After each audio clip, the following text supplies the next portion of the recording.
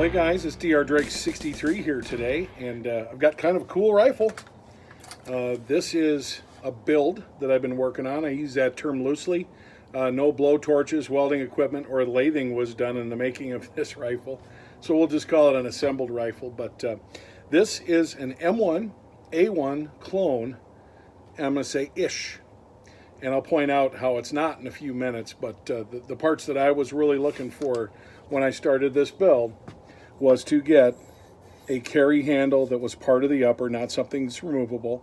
And this is the A1 version, where you have your windage adjustment right here, but it doesn't have that knob that adjusts elevation. That's handled up here with that front sight post. But this is a firearm that it's a classic, obviously, and here you go. The business end, which you would not want to clearly have anything to do with. But this is a rifle I've been looking for a long time. I did mention that it's A1-ish. I'll point out a couple reasons how it's not. First of all, you're going to see that this has a spikes lower that has a built-in trigger guard. Okay, it's not that flat straight one. And this just happened to be the lower I had to do a build with. It's not a big deal. I could swap it out if I want, but I like it this way. It's got room for my big fingers, especially wearing a glove. Outside of that, and the fact that it doesn't have a select fire switch, which none of these clones do, it's a very cool, solid build for a rifle. I really like it. We've gotten so into accessories, accessory rails, and all of the things we can do to change the rifle. And that's just the evolution of what you need in the missions that our militaries face in today's world. However, something that's an open sight shooter, something that is handy. It's relatively lightweight, a little bit more than 7 pounds. And I really like it. I really like it. I like it with the 30 round mags better than the 20s. The 20s, the authentic look. We're going to talk about mags a little bit today. I've got a bone to pick with one of the manufacturers, but going to talk about the build of this rifle. We're going to show some shooting results and kind of go from there, so stay tuned. So what you're looking at is a little bit of progression of the AR platform, albeit none of these are 100% correct. I'll point out some of the ways. The biggest way is that none of them are select fire, and that's what our military uses. So unlike the M1 Garand, which I own, which is exactly what the military was issued, unless you really want to pay a lot of money, you're not going to get a select fire M1A1 or any other kind of military rifle. So what you see on top would be a somewhat close duplicate of what you would find in the mid-60s, late 60s, where the troops were issued in Vietnam. There's a few basic differences. The biggest you're going to notice is going to be right down here at that trigger guard. Okay, that is not the correct style. And you'd see a lot of 20-round magazines. The 30-round magazines were introduced more along the lines of the early 70s. Then coming down, you see kind of the M4, although this isn't a carbine, this is a mid-length gas system. It's a little bit longer handguard.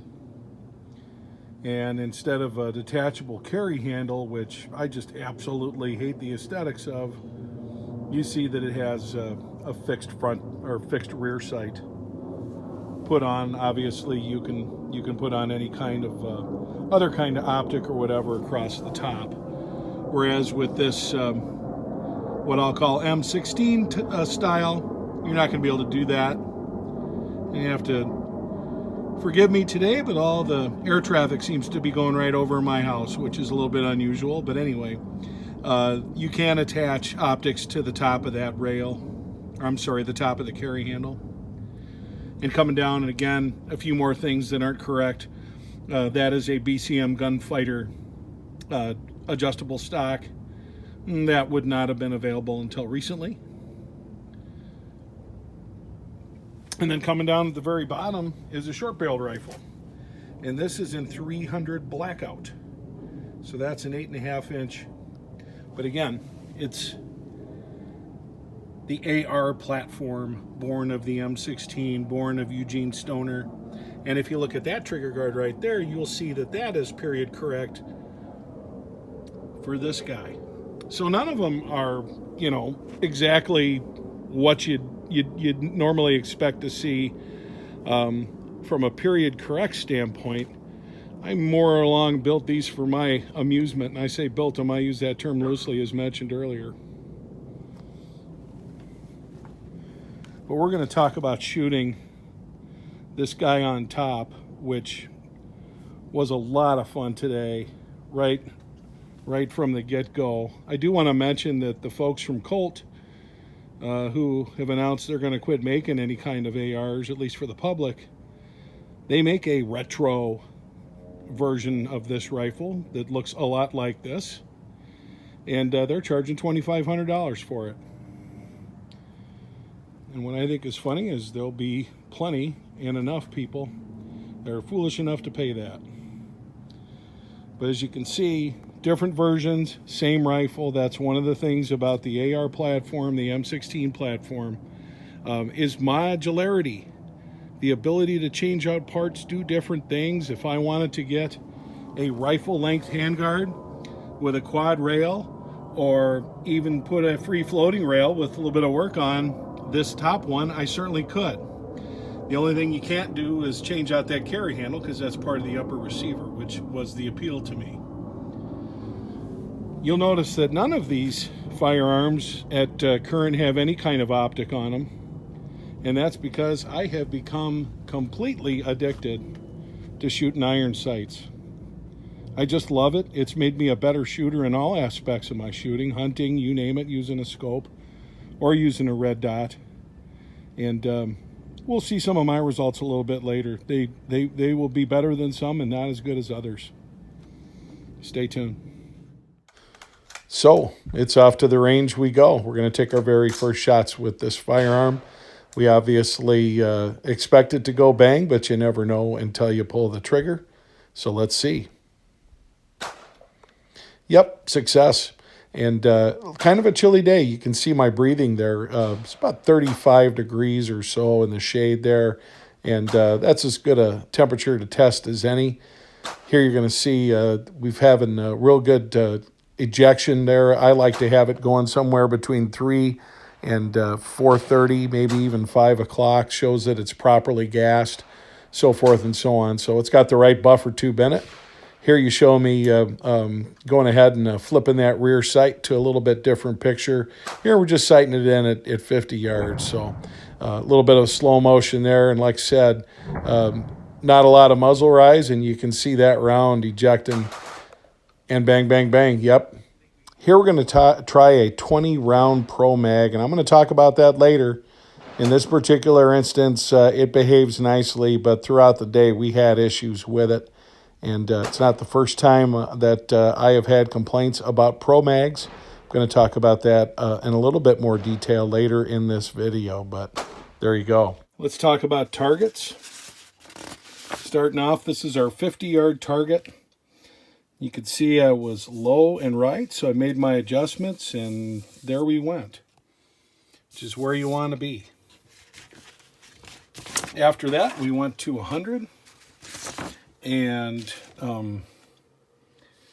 this was actually the result of some rapid fire, so I'm not counting that into the equation, but we were coming in around here. And this is, you know, the fact that you have two levels for these groups is mostly about me trying to find the best point of aim with that front sight. And once we acquire that, this is the kind of stuff we were doing. I put this up for 5 shots and only hit it twice. Again, that's from 100 yards. I think the rifle could most certainly do it. And this is 200 meters, which is 218 yards.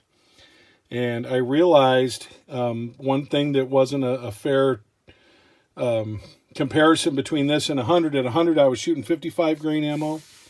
At This distance I was shooting 77 grain ammo, and it was a matter of my first 10 shots, I didn't realize I was going high. And the way I found out is I was hitting the metal crossbar. I could hear it. So we made an adjustment on our elevation and brought it down a little bit. I don't think the gun's shooting right. I think with a very heavy 8-poundish trigger pull, which is I think is going to get better over time, I was tending to pull it to the right a little bit. But I'll take this kind of deal, open sights, no bags, no rest, none of that, at 200 meters any day. And I know there's some guys that can shoot better than that. I'll also point out this sling, while it works very well and does its job, is not necessarily period correct for this rifle. It might be for rifles in general, but this is an AK sling Surplus, I think Bulgarian if I'm not mistaken, but happens to work out pretty good. Anyway, as you'll see, looking right here at the barrel, this is a 5.56 NATO 1 and 7. I don't know how well you can see that. We'll try to highlight that later. Things I really like about this particular rifle, of course, this triangle handguard I think is really cool. Now this one is polymer. The original ones were made of fiberglass. You can get those. If I was trying to do like a really specific, as close as possible reproduction, I would get one of those. You can pick up a used set that's in pretty good condition for less than $100. So, you know, it's something I would think about. The delta ring on the A1 doesn't have that flare on the bottom. It's just straight. And this is something that, like I said, if you want to change this out, you can. I shot this to where it should have been pretty hot compared to other ARs, and it wasn't today. Didn't feel any heat whatsoever in my hand, which is obviously that's good news. The sights on this made an adjustment just simply by putting the point of a bullet in there and making a windage adjustment after I was sighting it in at 50. And things went great after that. Eventually ended up making an adjustment to the front sight, and that for that you can use a bullet. I have a tool that you can use. But anyway, I really like everything about this. This stock is about, I'm told, an inch shorter than an A2 stock, and I like this length. I'm kind of used to kind of creeping up on my cheek right about here with ARs. So I like actually being more of what I'd call a Warsaw type of length of pull than something that's longer, even though I'm a bigger guy. Overall, though, it just works like an AR. The only thing I wasn't sure about, this came with a bolt carrier group that I wasn't familiar with. The bolt itself, spec'd out great, magnetic particle inspected, high pressure tested, all that kind of good stuff. The bolt carrier didn't have any kind of information with it, so at some point I'm probably going to go with one of my standbys, a Spikes or BCM or something like that. I've heard good things about Tool Coal as well. So anyway, I brought along a spare bolt just in case there was issues with this one. There wasn't, so it worked really well. Gotta love this classic design though. Just gotta love it. I'm noticing in my wall of vendors, I don't have any Spikes stickers. Seems kind of weird. You can tell I bought some Magpul stuff over the year. Anyway, this is a Spikes lower, and I just happen to think that is cool as all get out. And for that reason, even though it's not classic AR-ish, we're going to use it anyway. Like I said, I really love this enlarged trigger well. I like the look of it. No, it's not period correct. That's all right. It's my rifle. But just taking a look at this, I mentioned 30-round magazines work great in this. I want to tell you what doesn't. I don't know how many of you guys recognize this, but this is a 20-round magazine from Pro Mag. Now, I have had absolutely horrible experiences with Pro Mag in the past. as recently as a couple new ones from my M1 carbine that don't even come close to working anything like decades old USGI ones.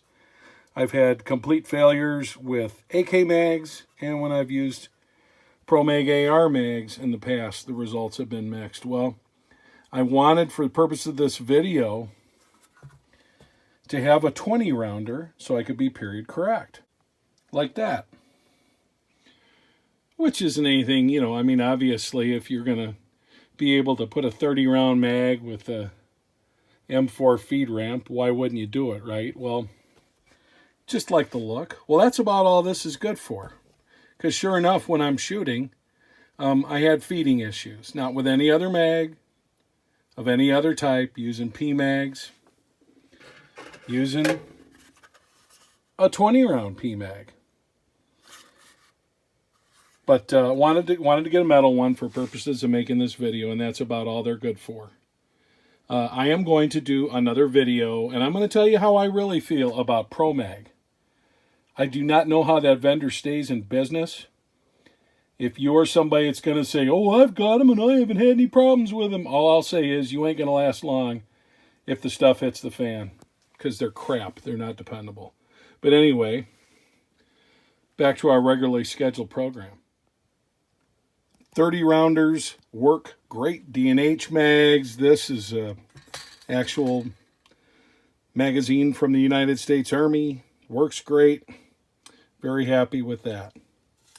The stock is very interesting. It's a two-piece affair that basically slides over a buffer tube and attaches with a screw in the back.